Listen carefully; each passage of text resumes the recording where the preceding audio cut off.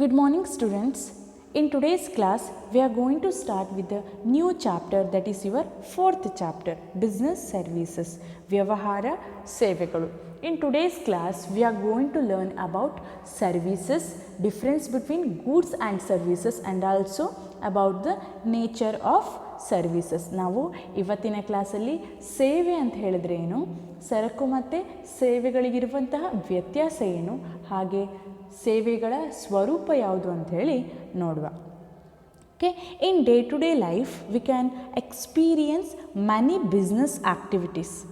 Take for example, purchasing an ice cream from the store and eating ice cream in a restaurant. Okay, there is a difference between purchasing the ice cream from the store and eating the ice cream in a restaurant, and watching a movie in cinema hall, or purchasing CD or video cassette, okay, and purchasing school bus and leasing it from a transporter. Okay. While analyzing these activities, we can observe that there is a difference between purchasing and eating, right? Purchasing ice cream is different from eating ice cream in restaurant, and also purchasing and watching and purchasing and leasing. Here we can observe the common factor, that is purchasing an item, and another one is experiencing a services.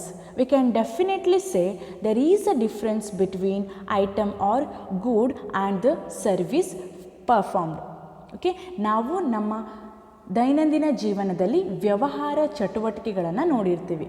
Example, ಉದಾಹರಣೆ ತಗೊಳ್ಳೋದಾದ್ರೇನು, ice cream ಪಾರ್ಲರ್ನಿಂದ ಒಂದು ice ಕ್ರೀಮನ್ನು ಕೊಂಡುಕೊಳ್ಳೋದು, ಅಥವಾ ರೆಸ್ಟೋರೆಂಟ್ನಲ್ಲಿ ice ಕ್ರೀಮನ್ನು ತಿನ್ನುವುದು, ಚಲನಚಿತ್ರ ಮಂದಿರದಲ್ಲಿ ಚಲನಚಿತ್ರವನ್ನು ವೀಕ್ಷಣೆ ಮಾಡುವುದಾಗಿರಬಹುದು, ಅಥವಾ ಚಲನಚಿತ್ರದ ವಿಡಿಯೋ ಕ್ಯಾಸೆಟನ್ನು ಕೊಂಡುಕೊಳ್ಳುವುದು, ಶಾಲಾ ವಾಹನವನ್ನು ಕೊಂಡುಕೊಳ್ಳುವುದು, ಅಥವಾ ಸಾರಿಗೆ ನಿರ್ವಾಹಕರಿಂದ ವಾಹನವನ್ನು ಭೋಗ್ಯಕ್ಕೆ ಪಡೆಯುವುದು ಇತ್ಯಾದಿ.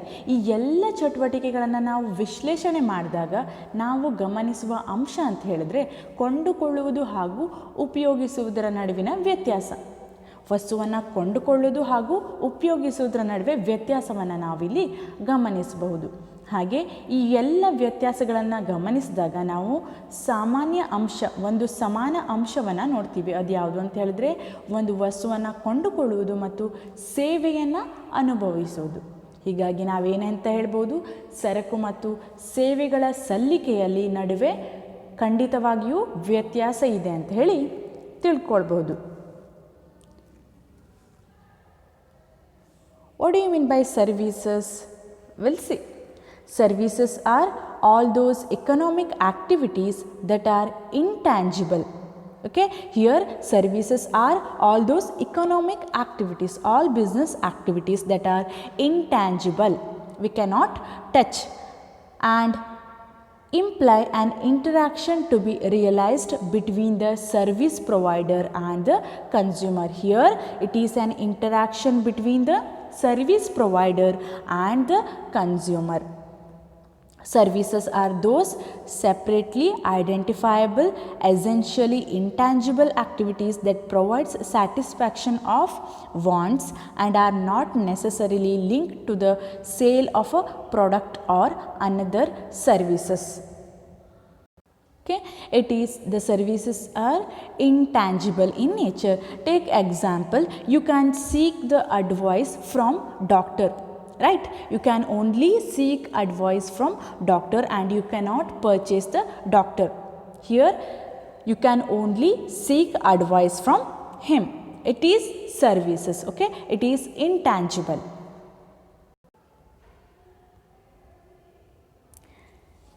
ಸೇವೆಗಳು ಅಂತ ಹೇಳಿದ್ರೇನು, ಒಬ್ಬ ಸಾಮಾನ್ಯ ಮನುಷ್ಯನಿಗೆ ಸೇವೆಗಳು ಕಣ್ಣಿಗೆ ಕಾಣದಂತಹ ಅವಶ್ಯಕ ಅಗೋಚರ ಮೌಲ್ಯಗಳು, ಇಂಟ್ಯಾಂಜಿಬಲ್, ಇದು ಅಗೋಚರವಾಗಿರ್ತವೆ.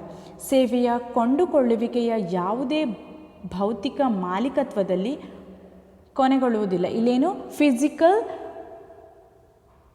Transfer of ownership, there is no physical transfer of ownership. ಗೊತ್ತಾಯ್ತಾ? ಭೌತಿಕ ಮಾಲೀಕತ್ವ ಹೊಂದಿರುವುದಿಲ್ಲ. ಉದಾಹರಣೆಗೆ ನಾವು ಒಬ್ಬ ವೈದ್ಯರಿಂದ ಬರೀ ಸಲಹೆಯನ್ನು ಪಡೆಯಬಹುದೇ ಹೊರತು ಅವರನ್ನು ಕೊಂಡುಕೊಳ್ಳಲು ಸಾಧ್ಯವಿಲ್ಲ. ವೈದ್ಯರಿಂದ ಏನು ಮಾಡ್ಬೋದು? ಕೇವಲ ಸಜೆಷನ್ಸ್ ಅಥವಾ ಸಲಹೆಯನ್ನು ಪಡ್ಕೊಳ್ಬೋದು, ವಿನಃ ಅವರನ್ನು ಪರ್ಚೇಸ್ ಮಾಡಲಿಕ್ಕೆ ಅಥವಾ ಕೊಂಡುಕೊಳ್ಳಲು ಸಾಧ್ಯವಿಲ್ಲ. ಸೇವೆ ಅಂತ ಹೇಳಿದ್ರೇನು? ಅಗೋಚರ ಮೌಲ್ಯಗಳುಳ್ಳ ಸೇವೆಯನ್ನು ನೀಡುವ ಮತ್ತು ಸೇವೆಯನ್ನು ಪಡೆಯುವ ಗ್ರಾಹಕರ ನಡುವಿನ ಪರಸ್ಪರ ಅರಿತುಕೊಂಡ ಆರ್ಥಿಕ ಚಟುವಟಿಕೆಯಾಗಿವೆ. ಇವೇನು? ಅಗೋಚರ ಮೌಲ್ಯಗಳುಳ್ಳ ಸೇವೆಯನ್ನು ನೀಡುವ ಮತ್ತು ಸೇವೆಯನ್ನು ಪಡೆಯುವಂತಹ ಗ್ರಾಹಕರ ನಡುವಿನ ಪರಸ್ಪರ ಅರಿತುಕೊಂಡ ಆರ್ಥಿಕ ಚಟುವಟಿಕೆಗಳಾಗಿವೆ ಅಂತ ಹೇಳ್ಬೋದು. ಸೇವೆಗಳಂತ ಹೇಳಿದ್ರೆ ಪ್ರತ್ಯೇಕವಾಗಿ ಗುರುತಿಸಲ್ಪಡುವ ಆದರೆ ಅವಶ್ಯವಾಗಿ ಕಣ್ಣಿಗೆ ಕಾಣದ ತೃಪ್ತಿ ನೀಡುವ ಎಲ್ಲ ಆರ್ಥಿಕ ಚಟುವಟಿಕೆಗಳಾಗಿವೆ ಮತ್ತು ಇನ್ಯಾವುದೇ ರೀತಿಯ ಉತ್ಪನ್ನಗಳ ಮಾರಾಟ ಮತ್ತು ಸೇವೆ ಸಲ್ಲಿಕೆಗೆ ಸಂಬಂಧಪಟ್ಟಿರುವುದಿಲ್ಲ. ಗೊತ್ತಾಯ್ತಾ? ಈ ಸೇವೆ ಅಂತ ಹೇಳಿದ್ರೇನು?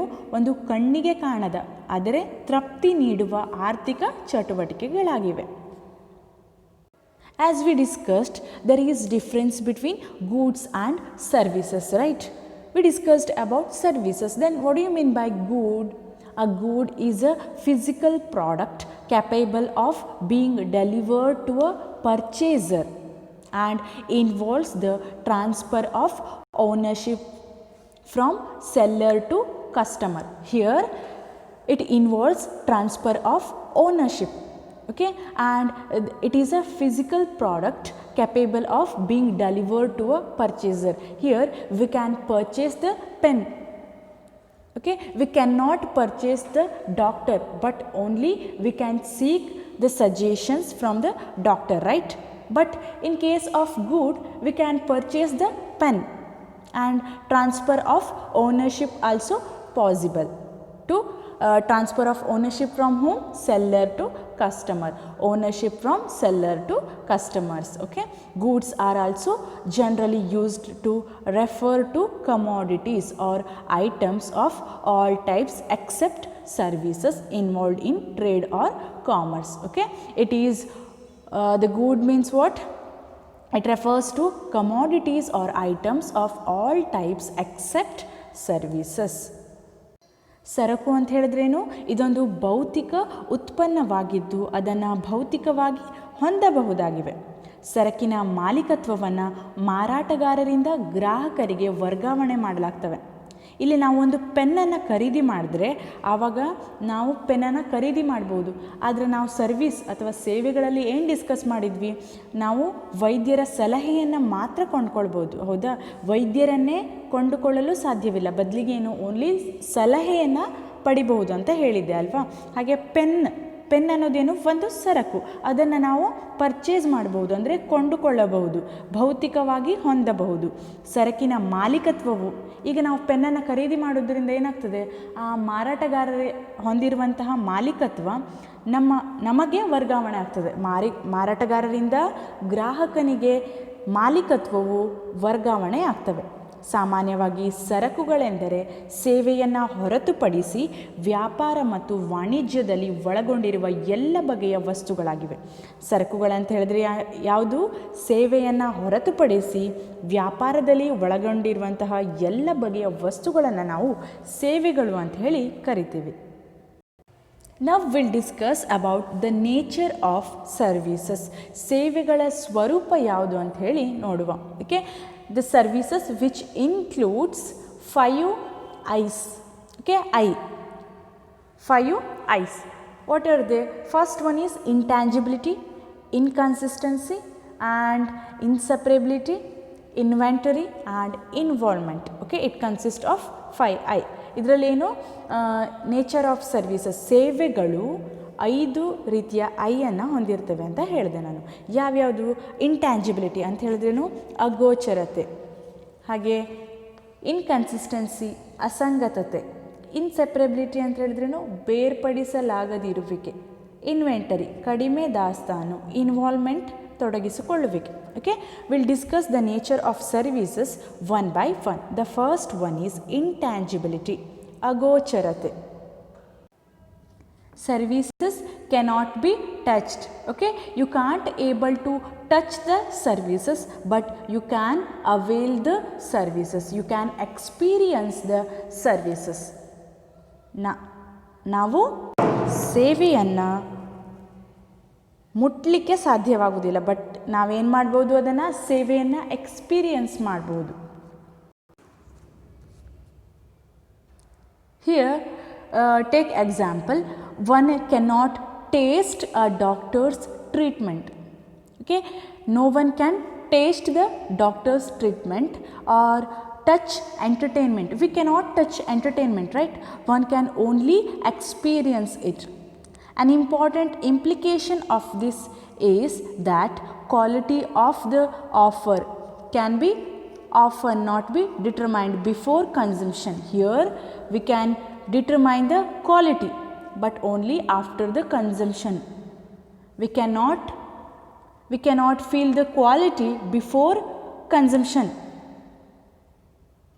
Therefore, it is important for the service providers that they should work consciously, okay, on creating a desired services so that customer undergoes a favorable experience. Here, what is the necessary function of the service provider?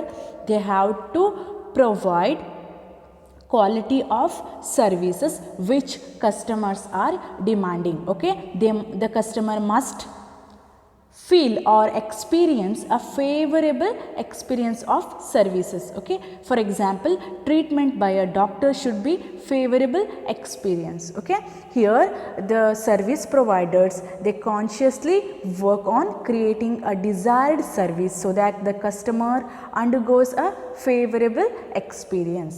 Therefore, these services is intangible, they cannot be touched, but only experience. We can only experience the services. ಅಗೋಚರತೆ ಅಂತ ಹೇಳಿದ್ರೇನು? ಸೇವೆಗಳು ಅದೃಶ್ಯವಾಗಿದ್ದು ಅವುಗಳನ್ನು ಸ್ಪರ್ಶಿಸಲು ಸಾಧ್ಯವಿಲ್ಲ. ಸೇವೆಗಳನ್ನು ನಾವೇನು ಮುಟ್ಲಿಕ್ಕೆ ಸಾಧ್ಯ ಆಗೋದಿಲ್ಲ, ಹಾಗೆ ಅವು ಅದೃಶ್ಯವಾಗಿರ್ತವೆ.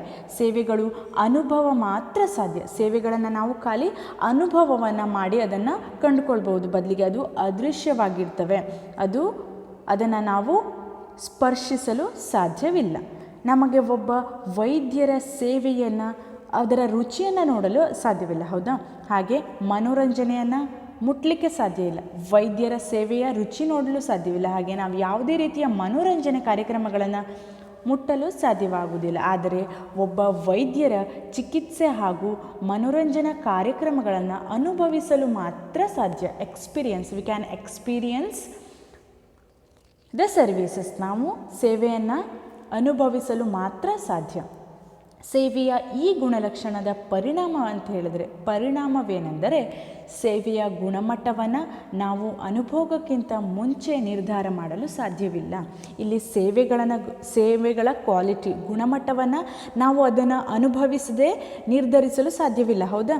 ಯಾವುದೇ ಕ್ವಾಲಿಟಿ ಅಂತ ಹೇಳಿದ್ರೆ, ಕ್ವಾಲಿಟಿ ಆಫ್ ಸರ್ವೀಸಸ್ ಯಾವುದೇ ಆಗಿದ್ರೂ ಕೂಡ ನಾವು ಅದನ್ನು ಅನುಭವಿಸಿ ನಂತರವೇ ಅದನ್ನು ನಿರ್ಧರಿಸಲು ಸಾಧ್ಯ. ಈಗ ನಾವು ಡಾಕ್ಟರ್ ಹತ್ರ, ವೈದ್ಯರ ಹತ್ರ ಹೋಗಿ ಚಿಕಿತ್ಸೆಗೆ ಅಂತ ಹೇಳಿ ಹೋದಾಗ ಅವರು ನಮಗೆ ಟ್ರೀಟ್ಮೆಂಟ್ ಮಾಡ್ತಾರಲ್ವ, ಚಿಕಿತ್ಸೆಯನ್ನು ಮಾಡ್ತಾರೆ.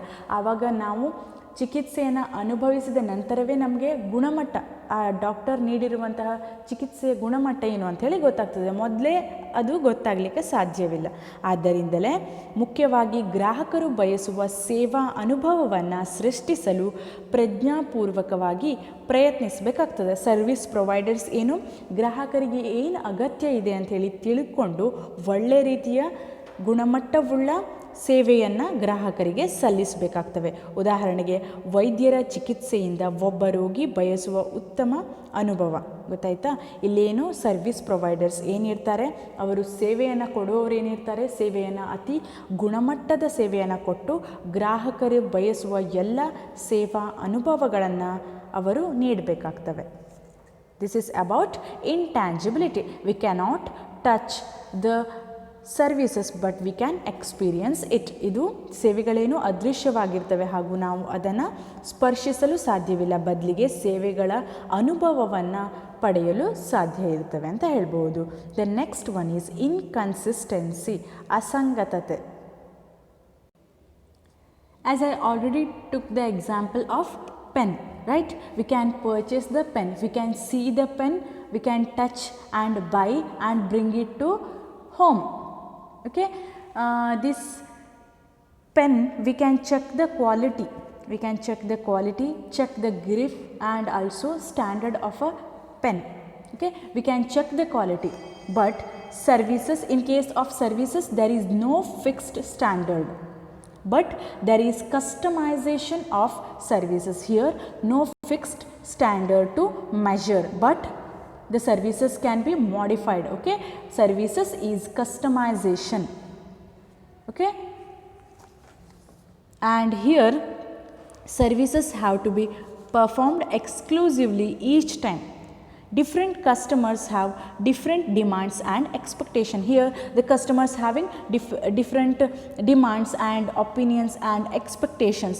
Therefore the service providers need to have an opportunity to alter their offer to closely meet the requirements of the customers. Okay, here the service providers are dealing with the customers by providing services, right? Here the different customers having different wants, different demands, different expectations, right? The service providers must understand the requirements and alter their offer to closely meet the customer's requirement. Okay, this is happening for example in case of mobile services ಕೇಸಲ್ಲಿ ಆಗ್ತದೆ customisation of services. ಇಲ್ಲಿ ನಾವು ಅಸಂಗತತೆ ಅಂತ ಹೇಳಿದ್ರೆ ಏನು, ಒಂದು ಸೇವೆಯನ್ನು ನಾವು ಬದಲಾಯಿಸಲಿಕ್ಕೆ ಸಾಧ್ಯ. ಯಾಕೆಂತ ಹೇಳಿದ್ರೆ ಬೇರೆ ಬೇರೆ ಕಸ್ಟಮರ್ಸ್, ಬೇರೆ ಬೇರೆ ಗ್ರಾಹಕರು ಬೇರೆ ಬೇರೆ ಡಿಮಾಂಡನ್ನು ಹೊಂದಿರ್ತಾರೆ. ಅವರು ಏನು ಬಯಸ್ತಾರೆ ಅಂಥೇಳಿ ತಿಳ್ಕೊಂಡು ಅವರಿಗೆ ಅನುಸಾರವಾಗಿ ಸೇವೆಯನ್ನು ಸಲ್ಲಿಸಬೇಕು. ಇಲ್ಲಿ ಸೇವೆಗಳನ್ನು ಗ್ರಾಹಕರ ಅಗತ್ಯಕ್ಕೆ ಅನುಸಾರವಾಗಿ ಬದಲಾಯಿಸಿಕೊಳ್ಳಬಹುದಾಗಿದೆ. ಸೇವೆಯು ಯಾವುದೇ ಶಿಷ್ಟ ಭೌತಿಕ ಉತ್ಪನ್ನವಲ್ಲ. ಸೇವೆಯನ್ನು ಪ್ರತಿ ಬಾರಿಯೂ ಪ್ರತ್ಯೇಕವಾಗಿ ನೀಡಬೇಕಾಗ್ತವೆ. ಬೇರೆ ಬೇರೆ ಗ್ರಾಹಕರು ಬೇರೆ ಬೇರೆ ಬೇಡಿಕೆ ಅಥವಾ ಡಿಮಾಂಡ್ ಅಥವಾ ನಿರೀಕ್ಷೆಯನ್ನು ಇಟ್ಕೊಂಡಿರ್ತಾರೆ. ಹಾಗಾಗಿ ಸೇವೆಯನ್ನು ನೀಡುವವರು ಗ್ರಾಹಕರ ಅವಶ್ಯಕತೆಗೆ ಅನುಸಾರವಾಗಿ ತಮ್ಮ ಸೇವೆಯನ್ನು ಮಾರ್ಪಡಿಸುವ ಅವಕಾಶವನ್ನು ಹೊಂದಿರಬೇಕಾಗ್ತವೆ. ಈ ರೀತಿ ನಿರೀಕ್ಷಣೆಗಳಿದ್ದರೆ, ಉದಾಹರಣೆಗೆ ಮೊಬೈಲ್ ಸೇವಾ ನೀಡಿಕೆದಾರರು ಅವರೇನು ಗ್ರಾಹಕರಿಗೆ ಏನು ಅವಶ್ಯಕತೆ ಇದೆ ಅದನ್ನು ತಿಳ್ಕೊಂಡು ಅದಕ್ಕೆ ಅನುಸಾರವಾಗಿ ಸೇವೆಯನ್ನು ಮಾರ್ಪಾಡು ಮಾಡಿ ಅವಕಾಶವನ್ನು ಹೊಂದಿರ್ತಾರೆ. ಗೊತ್ತಾಯ್ತಾ? ಇಲ್ಲೇನು ಯಾರ್ಯಾರಿಗೆ ಯಾವ್ಯಾವ ಗ್ರಾಹಕರಿಗೆ ಏನೇನು ಬೇಡಿಕೆ ಇದೆ ಅಂಥೇಳಿ ಅದನ್ನು ಅವರ ಅವಶ್ಯಕತೆಗಳನ್ನು ಅರಿತುಕೊಂಡು ನಂತರವೇ ಅವರಿಗೆ ಬೇಕಾದ ಸೇವೆಯನ್ನು ನೀಡಬೇಕಾಗ್ತವೆ. ಗೊತ್ತಾಯ್ತಾ? This is about the second nature inconsistency, ಅಸಂಗತತೆ. The next one is inseparability, ಬೇರ್ಪಡಿಸಲಾಗದಿರುವಿಕೆ. Will see. The another characteristics of services is the simultaneous activity of production and consumption being performed. Here we can observe the simultaneous activity, that is production as well as consumption being performed. ಸೇವೆಯ ಮತ್ತೊಂದು ಪ್ರಮುಖ ಲಕ್ಷಣ ಅಂತ ಹೇಳಿದ್ರೆ ಸೇವಾ ಚಟುವಟಿಕೆಯ ಉತ್ಪಾದನೆ ಮತ್ತು ಅನುಭೋಗಗಳು ಜೊತೆಯಲ್ಲೇ ಸಾಗ್ತವೆ. This makes the production and consumption of services seems to be inseparable. ಇಲ್ಲಿ ನಾವು ನೋಡುವಾಗ ಏನನ್ನಿಸ್ತದೆ, ಸೇವೆಯ ಉತ್ಪಾದನೆ ಮತ್ತು ಅನುಭೋಗಗಳು ಬೇರ್ಪಡಿಸಲಾಗದಂತೆ ತೋರುವಂತೆ ಮಾಡ್ತವೆ. Okay, take the example, if the car is manufactured today and sell it after 1 day, 1 month, etc. Okay, it is not possible with the services. Okay, car is a good, we can touch. Okay, and there is a transfer of ownership also. ಕಾರನ್ನು ತಗೊಳ್ಳೋದಾದರೆ ನಾವು ಕಾರನ್ನು ಇವತ್ತೇ ಉತ್ಪಾದಿಸಿ ನಾಳೆ ಅದನ್ನು ಮಾರಬಹುದು, ಅಥವಾ ನಾಡಿದ್ದು ಯಾವಾಗ ಆಗ್ತದೆ ಆವಾಗ ಮಾರಬಹುದು. ಆದರೆ ಸೇವೆಗಳಲ್ಲಿ ಇದು ಸಾಧ್ಯವಿಲ್ಲ. Services that have to be consumed as and when they are produced. Okay, here we can observe one more important characteristics of services is simultaneous activity of production and consumption. ಸೇವೆಯ ಮತ್ತೊಂದು ಪ್ರಮುಖ ಲಕ್ಷಣವನ್ನು ನಾವು ನೋಡೋದಾದರೆ ಸೇವಾ ಚಟುವಟಿಕೆಯ ಉತ್ಪಾದನೆ ಮತ್ತು ಅನುಭೋಗಗಳು ಜೊತೆಯಲ್ಲೇ ಸಾಕ್ತವೆ ಅಂತ ಹೇಳ್ಬೋದು. ಹೀಗೆ ಒಂದು ವಾಹನ ಅಂತ ಹೇಳಿದ್ರೇನು ಅದು ಸರಕಾಗಿರ್ತದೆ, ಅದನ್ನು ಇವತ್ತು ಉತ್ಪಾದಿಸಿ ಯಾವಾಗೂ ಅದನ್ನು ಮಾರ್ಬೋದು. ಆದರೆ ಸೇವೆಯನ್ನು ಹಾಗೆ ಮಾಡಲಿಕ್ಕೆ ಆಗೋದಿಲ್ಲ. ಸೇವೆಯನ್ನು ಹಿಂದೆ ಉತ್ಪಾದಿಸಿ ಅದನ್ನು ಹಿಂದೆ ಅನುಭೋಗಿಸ್ಬೇಕಾಗ್ತದೆ, ಗೊತ್ತಾಯ್ತಾ. ಇವತ್ತು ಉತ್ಪಾದಿಸಿ ಮುಂದೆ ಯಾವಾಗಲೂ ಮಾರಬೇಕು ಅಂತ ಹೇಳಿದ್ರೆ ಅದು ಸೇವೆಯ ದೃಷ್ಟಿಯಲ್ಲಿ ಸಾಧ್ಯವಿಲ್ಲ. ಇದು ಸರಕುಗಳಿಗೆ ಮಾತ್ರ ಅನ್ವಯ ಆಗ್ತವೆ. Service providers may design a substitute for the person by using appropriate technology, but the interaction with the customers remains a key feature of a service. Automated teller machines, ATMs, may replace the banking clerk for the front office activities like cash withdrawals and check deposit. Here, ATMs can replace the banking clerk. Okay, here we can withdraw the cash as well as deposit, but at the same time the presence of the customers is required and his or her interaction with the process has to be managed. We discussed in case of services, an interaction must be taken place between service providers and the consumer. ತಂತ್ರಜ್ಞಾನವನ್ನು ಬಳಸಿಕೊಂಡು ಸೇವೆಯನ್ನು ನೀಡುವವರು ಹೊಸದಾದ ಅಥವಾ ಬದಲಾದ ವಿನ್ಯಾಸದೊಂದಿಗೆ ಸೇವೆಯನ್ನು ಸಲ್ಲಿಸಬಹುದು. ಆದರೆ ಗ್ರಾಹಕನೊಡನೆ ಪರಸ್ಪರ ಸಂವಹನ ಸೇವೆಯು ಮುಖ್ಯ ಲಕ್ಷಣವಾಗಿರ್ತವೆ. ಈಗ ATM, ಸ್ವಯಂಚಾಲಿತ ಹಣ ನೀಡುವ ಯಂತ್ರ, ಇವು ಒಂದು ಬ್ಯಾಂಕ್ ಗುಮಾಸ್ತನ ಸ್ಥಾನವನ್ನು ತುಂಬಬಹುದು. ಆದರೆ ATM ಮೂಲಕ ಗ್ರಾಹಕ ಠೇವಣಿ ಹಿಂಪಡೆಯುವಿಕೆ ಇತ್ಯಾದಿ ಸೇವೆಗಳನ್ನು ಹೊಂದಬಹುದು. ಆದರೆ ಅದೇ ಸಮಯದಲ್ಲಿ ಗ್ರಾಹಕರ ಇರುವಿಕೆ ಬೇಕೇ ಬೇಕು ಮತ್ತು ಈ ಪ್ರಕ್ರಿಯೆಯೊಂದಿಗೆ ಅವನು ಅಥವಾ ಅವಳು ತನ್ನ ಸಂವಹನವನ್ನು ನಿರ್ವಹಿಸಲೇಬೇಕು. ಇಲ್ಲಿ ಯಾವುದೇ ಮುಂದುವರಿದ ತಂತ್ರಜ್ಞಾನ ಇದ್ದರೂ ಕೂಡ interaction between customers and service providers, ಇಲ್ಲಿ ಸಂವಹನ ಹೊಂದಲೇಬೇಕು. ಗ್ರಾಹಕರ ಮತ್ತು ಬ್ಯಾಂಕ್ ಸರ್ವಿಸನ್ನು ಕೊಡ್ತಿರೋರ ನಡುವೆ ಏನು ಸಂವಹನ ಹೊಂದಲೇಬೇಕಾಗ್ತವೆ. ಸೇವೆಯನ್ನು ನೀಡುವ ಮತ್ತು ಸೇವೆಯನ್ನು ಪಡೆಯಲು ಬಯಸುವ ಗ್ರಾಹಕರ ನಡುವಿನ ಪರಸ್ಪರ ಅರಿತುಕೊಂಡ ಆರ್ಥಿಕ ಚಟುವಟಿಕೆಗಳಾಗಿರ್ತವೆ. The next one is inventory.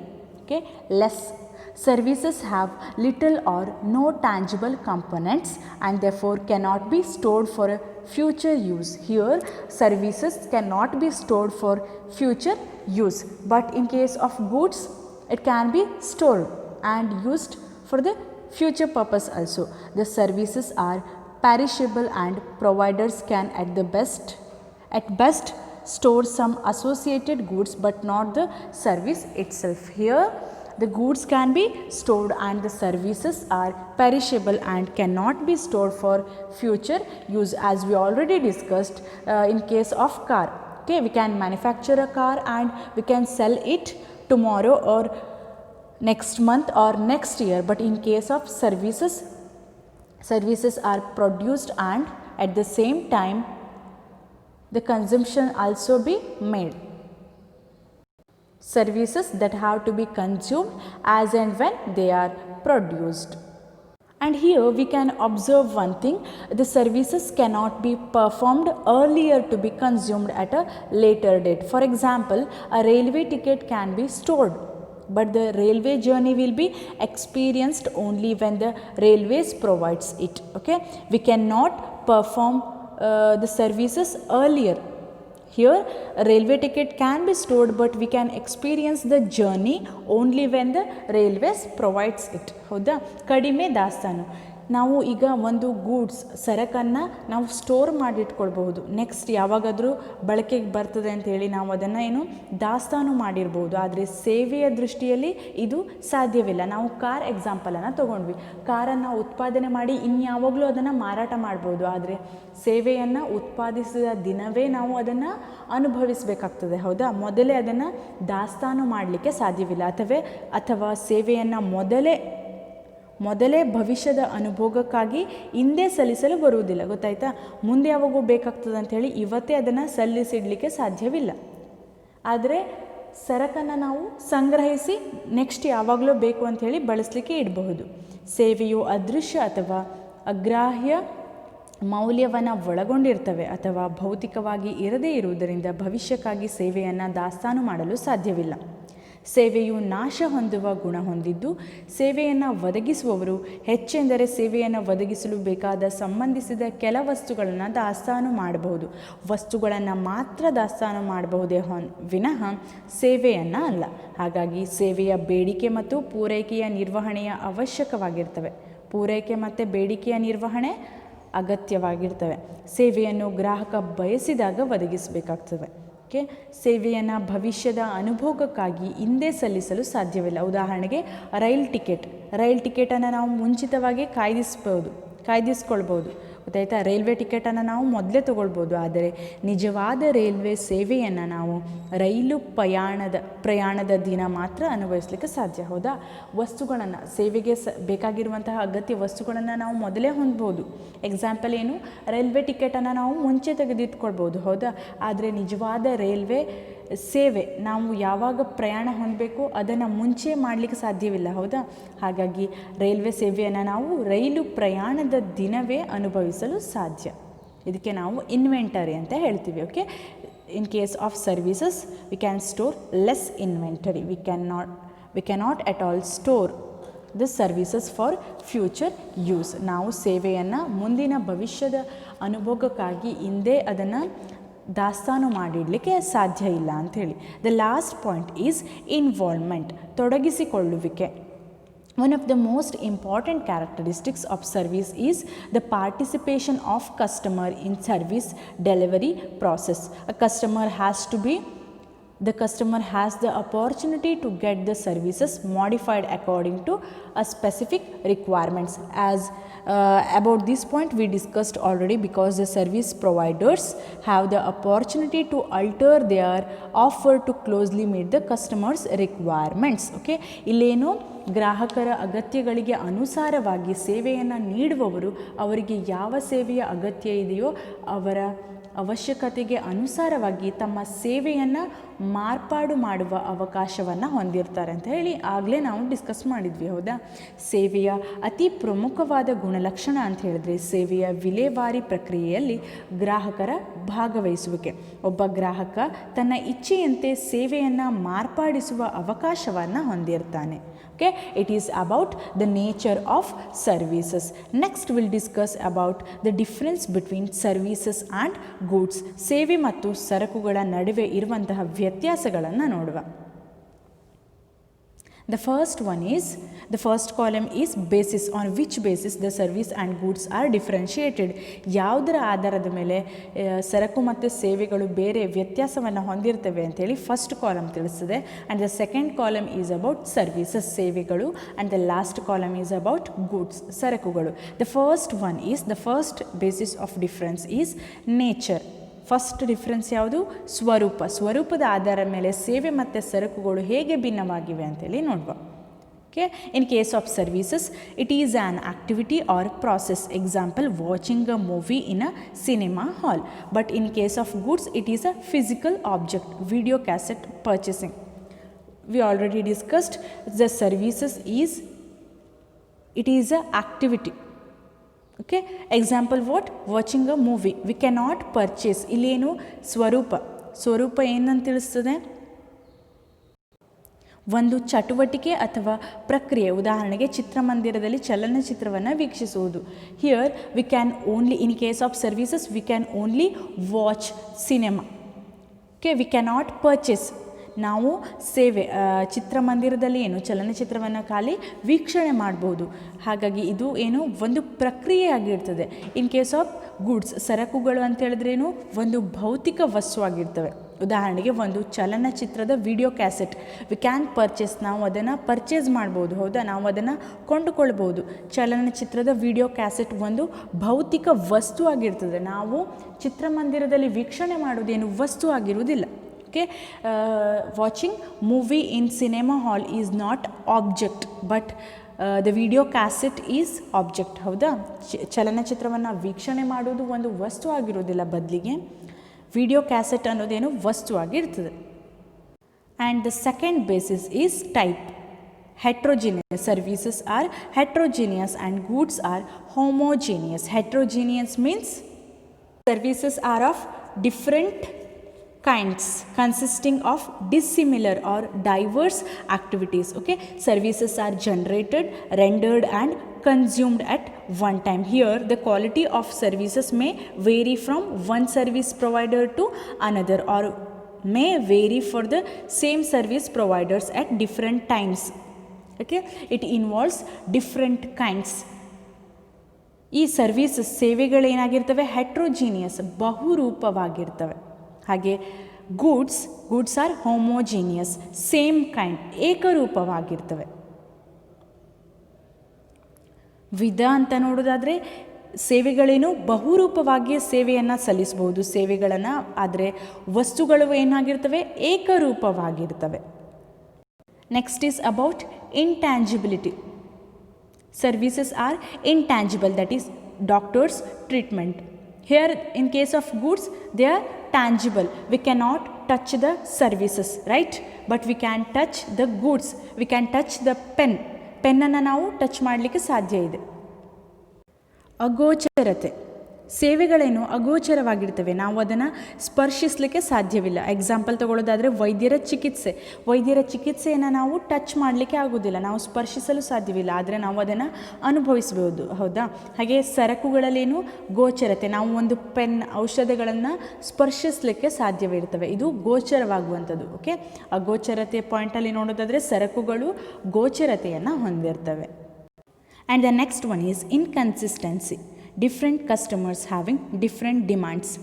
For example, mobile services. In case of goods, different customers getting standardized demands fulfilled. Here in case of goods, the customers are getting standardized demands. In case of services, only customization of services based on their requirements. ಅಸಂಗತತೆಯಲ್ಲಿ ನೋಡೋದಾದರೆ ವಿವಿಧ ಗ್ರಾಹಕರ ವಿವಿಧ ಅಭಿರುಚಿ ಅಥವಾ ಬೇಡಿಕೆ. Example mobile ಸೇವೆಗಳಾಗಿರ್ತವೆ. ಸರಕುಗಳಲ್ಲಿ ನೋಡೋದಾದರೆ ವಿವಿಧ ಗ್ರಾಹಕರ ಶಿಷ್ಟ ಬೇಡಿಕೆಗಳನ್ನು ತೃಪ್ತಿಗೊಳಿಸ್ತವೆ. ಇಲ್ಲಿ ಏನು ಸೇವೆಗಳು ಕಸ್ಟಮರ್ಸ್ ಬೇರೆ ಬೇರೆ ಗ್ರಾಹಕರು ಬೇರೆ ಬೇರೆ ಅವಶ್ಯಕತೆಗಳನ್ನು ಹೊಂದಿರ್ತಾರೆ. ಇಲ್ಲಿ ಅವರ ಅವಶ್ಯಕತೆಗಳಿಗೆ ಅನುಸಾರವಾಗಿ ಸೇವೆಯನ್ನು ಮಾರ್ಪಾಡು ಮಾಡಲಾಗ್ತವೆ. And the next one is inseparability. Simultaneous production and consumption. Here the services are produced and consumed at one time. Simultaneous production and consumption. Eating ice cream in restaurant. In case of goods, separation of production and consumption. For example, purchasing ice cream from the store. ಬೇರ್ಪಡಿಸದಿರುವಿಕೆ. ಏಕಕಾಲಿಕವಾಗಿ ಸಾಗುವ ಉತ್ಪಾದನೆ ಮತ್ತು ಅನುಭೋಗ. ಇಲ್ಲೇನು ಉತ್ಪಾದನೆ ಮತ್ತು ಅನುಭೋಗ ಸೇವೆಗಳಲ್ಲಿ ಏಕಕಾಲವಾಗಿ ನಡೀತದೆ. Example ತಗೊಳ್ಳೋದಾದರೆ ಉಪಹಾರ ಗೃಹದಲ್ಲಿ ice ಕ್ರೀಮನ್ನು ತಿನ್ನುವುದು. ಈಗ ಸರಕುಗಳಲ್ಲಿ ನೋಡೋದಾದರೆ ಉತ್ಪಾದನೆ ಮತ್ತು ಅನುಭೋಗಗಳ ಪ್ರತ್ಯೇಕತೆ. ಎಕ್ಸಾಂಪಲ್ ಅಂಗಡಿಯಿಂದ ಐಸ್ ಕ್ರೀಮನ್ನು ಕೊಂಡುಕೊಳ್ಳುವುದು. The next point is inventory. Services cannot be kept in stock. We cannot store the services. For example, experience of train journey. Okay, we cannot store. But in case of goods, we can keep it on stock for future purpose. Okay, we can store the goods. For example, train journey ticket, inventory. ದಾಸ್ತಾನು. ಇಲ್ಲಿ ಸೇವೆಗಳನ್ನು ನಾವು ದಾಸ್ತಾನು ಮಾಡಲಿಕ್ಕೆ ಸಾಧ್ಯವಿಲ್ಲ. ಯಾಕೆ ಅಂತ ಹೇಳಿದ್ರೆ ಅವು ಪೆರಿಷಬಲ್ ಆಗಿರ್ತವೆ, ದಾಸ್ತಾನು ಮಾಡಲಿಕ್ಕೆ ಸಾಧ್ಯವಿಲ್ಲ. ರೈಲು ಪ್ರಯಾಣದ ಅನುಭವ. ನಾವು ಪ್ರಯಾಣದ ಅನುಭವವನ್ನು ಯಾವ ದಿನ ಪ್ರಯಾಣ ಮಾಡ್ತಿದ್ದೀವೋ ಅದೇ ದಿನ ಹೊಂದಲಿಕ್ಕೆ ಸಾಧ್ಯ ಇದೆ. ಅದಕ್ಕೂ ಮುಂಚೆ ಅಥವಾ ಅದಕ್ಕಿಂತ ಹಿಂದೆ ಹೊಂದಿದ ಅನುಭವ ಇಲ್ಲಿ ಬರುವುದಿಲ್ಲ. ಅದಕ್ಕೆ ನಾವೇನು ಯಾವುದೇ ಸೇವೆಯನ್ನು ದಾಸ್ತಾನು ಮಾಡಲಿಕ್ಕೆ ಸಾಧ್ಯವಿಲ್ಲ. ಇನ್ ಕೇಸ್ ಆಫ್ ಗೂಡ್ಸ್ ಸರಕುಗಳಲ್ಲಿ ಏನು ನಾವು ವಸ್ತುವನ್ನು ದಾಸ್ತಾನು ಮಾಡ್ಬೋದು. ರೈಲ್ವೆ ಟಿಕೆಟ್ಸ್, ರೈಲು ಪ್ರಯಾಣದ ಟಿಕೆಟನ್ನು ನಾವು ಯಾವಾಗಲೂ ಕೂಡ ದಾಸ್ತಾನು ಮಾಡಬಹುದು. Last one is involvement. Participation of customers at the time of service delivery. For example, self services in fast food shops. Okay, here participation of the customers is involved at the time of service of delivery. Here in case of goods, involvement at the time of delivery not possible. For example, manufacturing a vehicle. ತೊಡಗಿಸಿಕೊಳ್ಳುವಿಕೆಯಲ್ಲಿ ನೋಡೋದಾದರೆ ಸೇವೆಯ ವಿಲೇವಾರಿ ಸಮಯದಲ್ಲಿ ಗ್ರಾಹಕನ ಭಾಗವಹಿಸುವಿಕೆ. ಉದಾಹರಣೆಗೆ ಸ್ವಸಹಾಯ ಪದ್ಧತಿಯ ಹೋಟೆಲ್ಸಲ್ಲಿ ಇಲ್ಲಿ ಏನು ನೋಡ್ಬೋದು, ನಾವು ಗ್ರಾಹಕರ ಭಾಗವಹಿಸುವಿಕೆಯನ್ನು ನೋಡ್ಬೋದು. ಆದರೆ ಇನ್ ಕೇಸ್ ಆಫ್ ಗೂಡ್ಸ್, ಸರಕುಗಳಲ್ಲಿ ಏನು, ಸರಕು ವಿಲೇವಾರಿ ಸಮಯದಲ್ಲಿ ಗ್ರಾಹಕನ ಭಾಗವಹಿಸುವಿಕೆ ಅಸಾಧ್ಯವಾಗಿರ್ತವೆ. ಯಾಕೆ ಅಂತ ಹೇಳಿದ್ರೆ, ಈಗ ಒಂದು ವಾಹನದ ಉತ್ಪಾದನೆ ನಡಿಬೇಕಂತ ಹೇಳಿದ್ರೆ ಅಲ್ಲಿ ಗ್ರಾಹಕ ಹೋಗ್ಲಿಕ್ಕೆ ಸಾಧ್ಯ ಇದೆಯಾ? ಗ್ರಾಹಕರ ಭಾಗವಹಿಸುವಿಕೆ ಇರ್ತದೆಯಾ? ಇಲ್ಲ. ಹಾಗಾಗಿ ಸರಕು ವಿಲೇವಾರಿ ಸಮಯದಲ್ಲಿ ಗ್ರಾಹಕರ ಭಾಗವಹಿಸುವಿಕೆ ಅಸಾಧ್ಯ. Okay, what ever the difference is about goods and services, we discussed about this in the nature of services it self. ಸೇವೆಗಳ ಸ್ವರೂಪದಲ್ಲೇ ನಾವು ಇವೆರಡುಗಳ ನಡುವೆ ಇರುವಂತಹ ವ್ಯತ್ಯಾಸಗಳನ್ನು ನೋಡಿದ್ವಿ. Okay, in this class we discussed about services, the difference between services and goods and also about the nature of services. ನಾವು ಇವತ್ತಿನ ಕ್ಲಾಸಲ್ಲಿ ಸೇವೆ ಅಂತ ಹೇಳಿದ್ರೇನು, ಸೇವೆ ಮತ್ತು ಸರಕುಗಳಿಗೆ ಇರುವಂತಹ ವ್ಯತ್ಯಾಸಗಳು ಏನು, ಸೇವೆಗಳ ಸ್ವರೂಪ ಏನು ಅಂತ ಹೇಳಿದ್ವಿ ನೋಡಿದ್ವಿ. In the next class we'll discuss about types of services. Thank you.